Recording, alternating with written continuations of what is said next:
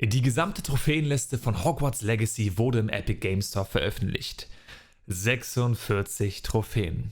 Yep, ihr habt richtig gehört. Wir können aus den Achievements nicht nur herauslesen, dass wir das Game mehr als einmal durchspielen sollten, sondern erfahren auch extrem viel zu neuen Gameplay-Elementen, geheimen Objekten aus der Welt der Zauberei und ein paar kleine Story-Spoiler gibt's auch. Wir werden uns alle 46 Trophäen im Detail angucken, also schnappt euch eure Schokofrösche und lehnt euch zurück. Natürlich werden hier so heftige Spoiler vorkommen. Wenn ihr die noch nicht sehen wollt, dennoch aber hyped seid auf Hogwarts Legacy, dann checkt doch gerne mal derweil diese nice Next-Gen-Features für Hogwarts Legacy aus. Lohnt sich auf jeden Fall. Aber nun zur Liste. Ich bin nämlich durch den Twitter-Nutzer Retro Raconteur auf Twitter darauf aufmerksam geworden. Er hat den Beitrag von powerpix.com geteilt, wo alle Achievements aus dem Epic Games Store aufgelistet wurden. Denn auf Epic Games habe ich diese Achievements nicht mehr gefunden, die wurden höchstwahrscheinlich rausgenommen. Dank der Seite exoface.com habe ich allerdings alle Bilder mit den passenden Achievements für euch. Also legen wir damit los. Der erste Erfolg ist ziemlich simpel. Complete the introduction and finish the sorting ceremony. Wir müssen also die Sorting-Zeremonie beenden, wo wir zu einem der 4 Häuser zugeordnet werden. Ganz simpel. Der nächste Erfolg ist da schon etwas spannender. Grappling with the Graphorn. Übersetzen könnte man das Ganze in Ringen mit einem Graphorn. Und das meinten sie wortwörtlich.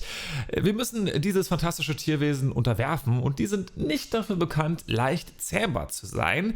Viel Spaß euch auf jeden Fall dabei. Allerdings glaube ich zu meinen, dass wir dieses Tier auch schon im Trailer gesehen haben. Korrigiert mich da gerne, wenn ich falsch liege. The One Who Mastered Memories wäre der nächste Erfolg. Wir müssen alle Pensive Memories sehen. Das sind diese Erinnerungen, die in diesem magischen Becken gespeichert und wieder abgerufen werden können. Und das haben wir hauptsächlich im Zusammenhang mit Dumbledore gesehen. Zumindest in den Filmen, in den Büchern habt ihr sicherlich noch mehr Referenzen dazu. Und der nächste Erfolg wird euch definitiv umhauen. The Hallowed Hero. Wield a Deathly Hallow. Holy moly, was für ein Spoiler. Wir werden also eins der 3 Heiligtümer des Todes wielden oder eine der 3 Heiligtümer des Todes wielden. Und das Einzige, was wir wielden, also schwingen können, ist natürlich der Elderstab. Das ist eins der 3 unglaublichen magischen Objekte von diesen Heiligtümern. Mit dem Elderstab hätten wir dann auch theoretisch die Möglichkeit, die Goblin-Revolution zu stoppen. Da kommen wir nämlich zum nächsten Erfolg. The Hero of Hogwarts ist ein Story-Erfolg. Defeat Ranrock. Also das ist natürlich der Goblin, den wir auch schon im Trailer auf dem Zeitungspapier gesehen haben und den können wir damit besiegen und müssen wir auch besiegen. Das Seeker of Knowledge erreichen wir, wenn wir den House Cup gewinnen. Das ist ja klar, dass wir das gewinnen müssen. Das ist ja alljährlicher Wettkampf zwischen den 4 Häusern in Hogwarts. Glaube ich, nichts Überraschendes. Ihr wisst ja auch, dass wir Begleiter haben werden. Die werden im Laufe des Spiels immer bessere Fähigkeiten mit sich bringen, die uns besser helfen, in der Welt von Hogwarts zurechtzukommen. Und 3 werden wir auch haben, das wissen wir zumindest laut den Erfolgen. Mehr wird es wahrscheinlich auch nicht geben. Bedeutet also, von Ravenclaw wird es niemanden geben, den wir als Begleiter, ich sag mal, akquirieren können. Ja, wir haben einmal Natsai Onai von Gryffindor, wir haben einmal Peppy Sweetings von Hufflepuff und einmal Sebastian Sallow von Slytherin. Und die haben natürlich alle Fähigkeiten, verschiedene, die wir nutzen können. Und ich bin mir sicher, dass wir das nicht in einem Run durchspielen können. Also wir können nicht in einem Run alle 3 Begleiter gleichzeitig komplettieren. Wir werden natürlich auch Drachen begegnen, das wissen wir zum Beispiel auch aus Artworks. Was aber noch nicht bekannt war, meiner Meinung nach, ist, dass wir einen Drachen retten sollen. The Defender of Dragons heißt der ganze Erfolg und das gleiche gilt dann auch für einen Phönix, welches mein Herz natürlich höher schlagen lässt. Wir werden einfach Kontakt mit einem Phönix haben, was halt natürlich, wenn man Harry Potter geschaut hat, mega ist. Mega, mega nice, dass sich das Ganze auch theoretisch für uns wiederholen wird. Rising from the Ashes heißt der Erfolg. Rescue the Phoenix. Ganz simpel, ist wahrscheinlich auch ein Story-Erfolg. Ihr habt es ja auch schon im Trailer gesehen, wir werden den Besen nutzen können, um über die Karte zu fliegen. Dass es natürlich auch Rennen dazu geben wird, war auch schon zu erwarten. Und hier gibt es einen Erfolg. Flight the Good Flight. Beat Imelda's Time in all Broom Races. ist. Also ganz simpel. Und bevor ich die nächsten Achievements mit euch teile, wollte ich mal wissen, wie ihr dieses Video bisher fandet. Wenn es euch gefallen hat, würde ich mich freuen, wenn ihr dem Video einen Daumen nach oben geben würdet. Danke für den Support, aber lasst uns jetzt weitermachen. Die nächsten 5 Achievements haben etwas mit einer Map Chamber zu tun. Ich kann mir nicht ganz ausmalen, ja, was es damit auf sich hat. Ich habe es gegoogelt und die einzige Referenz, die ich bekommen habe, war die Kammer des Schreckens. Vielleicht hieß sie vorher so. Korrigiert mich gerne da, wenn ich irgendwas übersehen habe oder so, vielleicht aus den Büchern. Aus den Filmen ist mir der Begriff aber eigentlich nicht bekannt. Auf jeden Fall gibt es 5 Erfolge dazu. 4 Erfolge beziehen sich auf die Häuser, dass wir mit jedem Haus einmal in diese Kammer kommen. Und der 5. Erfolg bezieht sich darauf, dass wir eine Person dort antreffen, nämlich Charles Rookwood. Das ist natürlich jemand aus der Familie Rookwood, die sehr bekannt ist, aus dunklen Zauberern zu bestehen. Einer davon zum Beispiel war auch ein Todesser von Voldemort. Allerdings denke ich mal, ist das auch ein Story-Erfolg. Der nächste Erfolg ist wirklich ein richtiger Leckerbissen und darauf freue ich mich richtig. Wir haben es ja im Video auch schon so ein bisschen gesehen, aber jetzt wird es nochmal durch die Achievement-Liste unterstützt. A keen sense of spell. Invoke ancient magic for the first time. Und das ist mega nice, ja. Antike Magie ist in der Welt von Hogwarts und Harry Potter oder The Wizarding World, um es mal so zu nennen, ja, kaum bekannt. Wenige beherrschen diese oder können die beherrschen.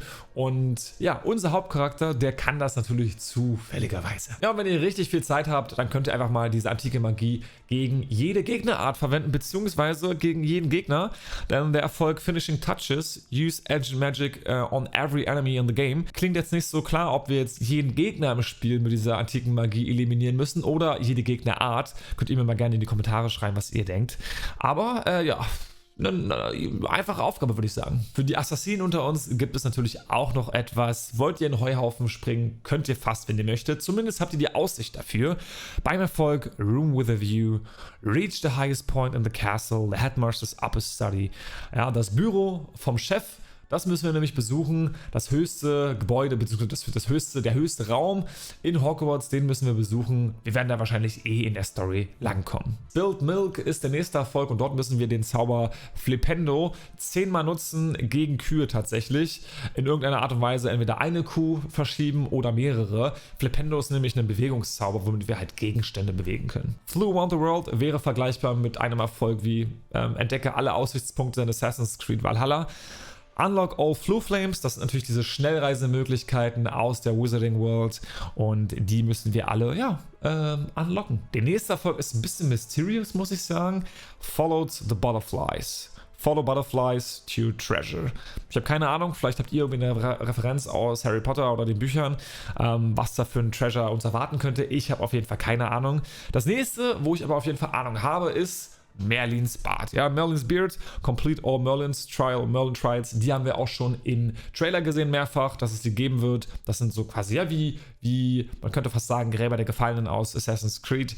Also Gräber, Rätsel mit Prüfungen, die wir lösen müssen von dem Zauberer Merlin. Tiere werden wir natürlich auch zuhauf in Hogwarts Legacy sehen. Demiguise Dread, find all Demiguise Statues. Und das sind diese affenähnlichen Wesen, die sich bei Gefahr unsichtbar machen können. Und die müssen wir alle finden.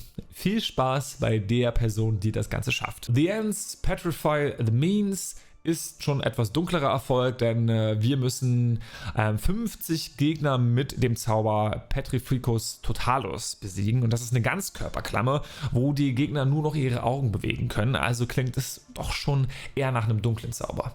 Und die nächsten Erfolge beziehen sich darauf, dass man ganz viele Sachen komplettieren muss, Quests erledigen muss, sich komplett upgraden muss, alle Gegenstände einsammelt und so weiter. Ich werde jetzt nicht alle nennen.